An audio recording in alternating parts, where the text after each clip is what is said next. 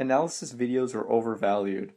What I mean with this is that analysis is always seems to be like the end all be all to a video on YouTube. The video essay uh, now becoming the like pretty much the peak of I guess what people would consider to be an artistic achievement on YouTube, when that very much isn't the case. At least that's what I think. Um, because analysis really is an art, and I think it's being overvalued as such. The problem being is that a lot of people look at analysis and they see it as something that they are never able to do or they will not be able to do. However, kind viewer, let me tell you that the person who made that analysis video spent more time than you might think working on that video. If you had spent the same amount of time, surely you would have been able to do the same exact thing. A couple of years ago, I used to be someone who consumed a lot of analysis content on YouTube, specifically anime and video game analysis. I still watch video game related content these days, but I've generally stopped watching anime stuff for a number of reasons. Chiefly because I think I have exhausted a lot of the options on the platform, and I think, or at least I'm going to get into another one of those reasons in a bit. But essentially, um, I realized that I was spending more time watching people explain things to me than trying to learn how to understand them myself. I would watch videos about, for example, like Neon Genesis Evangelion or Serial Experiments Lane, about people explaining the show in under 15 minutes or explaining specific aspects of the show in under 15 minutes. And I found this to be something that was incredibly valuable at the time because they were distilling these very complex topics and ideas and philosophical questions down into something that I could understand while eating a meal, while eating my sandwich for lunch at work or at school or in the cafeteria or whatever. The problem is that I wasn't allowing myself the opportunity to figure these things out myself and draw the connections myself. I was letting them connect the dots for me, then accepting their critical thinking and accepting it as my own.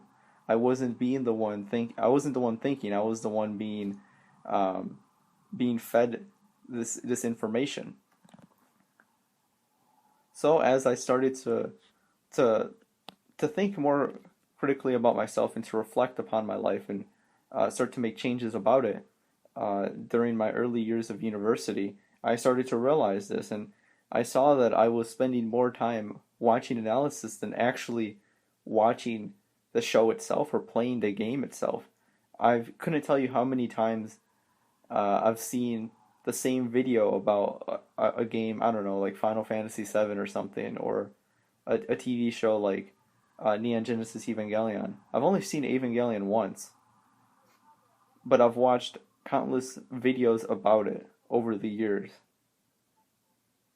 I think that analysis videos are being pushed to the forefront of a lot of people's attention because they continue to give content after the show is over. But I think that they're becoming more of a crutch than what they were intended to be, because they're not intended.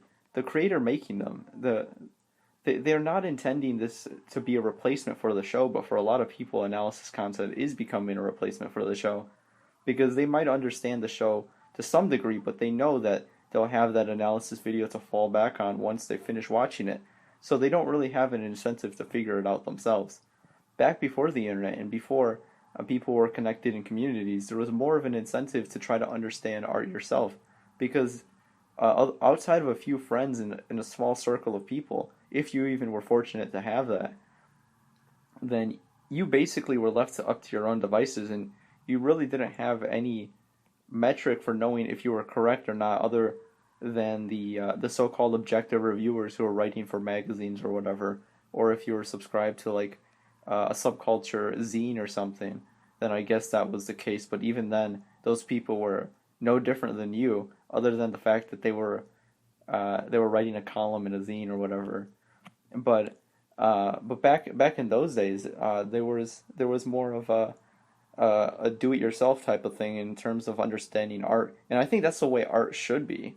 Art should be something that you are left up to your own devices to figure out yourself, because a lot of these shows, especially like I mentioned, Serial Experiments Lane, it was written by Chiaki J. Konaka to be intentionally vague. It's something that you couldn't really figure out on your first watch, something you have uh, to revisit, to think about for the rest of your life, and ideas that you might not really fully be able to understand because maybe he didn't fully understand everything he was writing about, but he kind of knew what the direction he wanted and the ideas to present, and he wanted people to interpret those ideas differently, to bring them together in a conversation.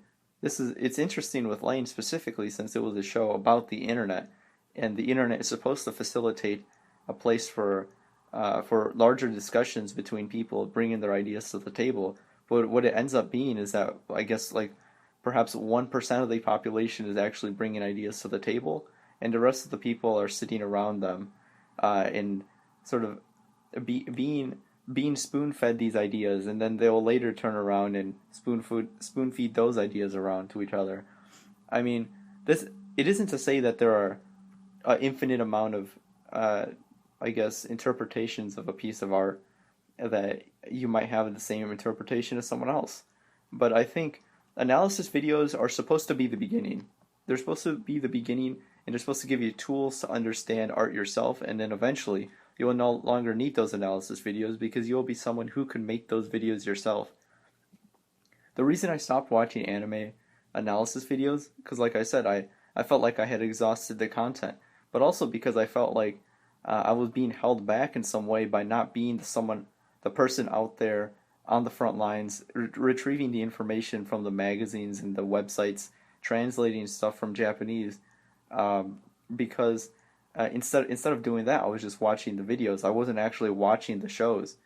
I stopped Instead of watching an analysis video or two, I instead swapped that for watching an episode of anime or two, reading Wikipedia. Wikipedia has a wealth of knowledge. No matter what your elementary school teachers tell you, Wikipedia is probably one of the better sites for retrieving information online, and it's at least it's a very good place to start. Um, but eventually, I think people will start to realize that be, being a consumer of analysis content is not as worthwhile as being someone who can make it yourself. These videos are supposed to give you the tools to get you started and to think, how can I do this myself? How can I watch Serial Experiments Lane and derive meaning from it that means something to me, but it might not mean something to you. I think this goes back to a notion that a lot of people are drilled into in high school literature class, where they're told that there are right explanations for something and there were wrong explanations for something. And I think a lot of people get too hung up on thinking that there is a correct and incorrect way of interpreting something because of this notion. When in all actuality, a lot of art is made um, without much of a without they're made specifically for a lot of people to have a different interpretation of. A lot of things are very cut and dry, though. A lot of mainstream art is. A lot of the themes you can only interpret one way. But with a show like I keep mentioning, Serial Experiments Lane, it was meant to be something relatively ambiguous that a lot of people were supposed to come together and discuss and say what they think, what their take is. But I think a lot of people are afraid to say something wrong, so instead they become a consumer of other people's analysis, and they don't end up analyzing their own thing. Instead, they parrot the ideas of the people who are making the analysis, because those are things that I guess are considered correct. That if you're able to make an analysis video, you are someone who probably has a right opinion about something, or at the very least, you have work to show for it. The people who are afraid of having a wrong interpretation of something are the people who aren't doing the work out there to do so. They're not drawing the same connections. I mean, this isn't to say that analysis videos are completely worthless, and that if you're able to think critically for yourself, then they are worthless either, because certainly there is still a lot to learn about them, that occasionally people will bring new ideas to the table that you never really thought about before. Or you can watch an analysis video for a show or anime or game or whatever that you think you know inside and out, but someone comes with a new perspective. For example, there's a channel I enjoy a lot called Stray Fox, and it's a channel where this guy goes into incredible detail about the development history of games. A lot of that stuff you've never really heard about. It is vaguely outlined on Wikipedia, but this guy goes into insane detail about it, recounting some of the more technical side to the game development, including like how the programming tricks that were used, and the type of tools that were used in the creation of the game, and a lot of the staff behind it. A lot of that stuff it's not really analysis, but it's bringing new perspective to the table about things that someone that without that knowledge, someone without technical knowledge, probably went their entire life not knowing. They knew they enjoyed Sonic 2, but they didn't know why they enjoyed Sonic 2.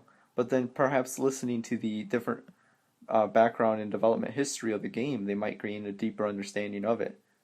This is what I mean when analysis videos can be good, but I think they're treated as an end all be all to a lot of discussion and a lot of the stuff on YouTube. Generally, just because I think they become more of a crutch than a benefit, because the majority of people aren't willing to go out and make their own analysis. They're just simply going to passively consume it of other people and accept that as their explanation, because they think they don't have time for this. But in all actuality, you're using your time inefficiently. There's probably other things you're filling your time with, like social media, or using Reddit, or using 4chan, or just wasting time doing something else, like browsing the internet aimlessly. And that is the time you can use to be researching something.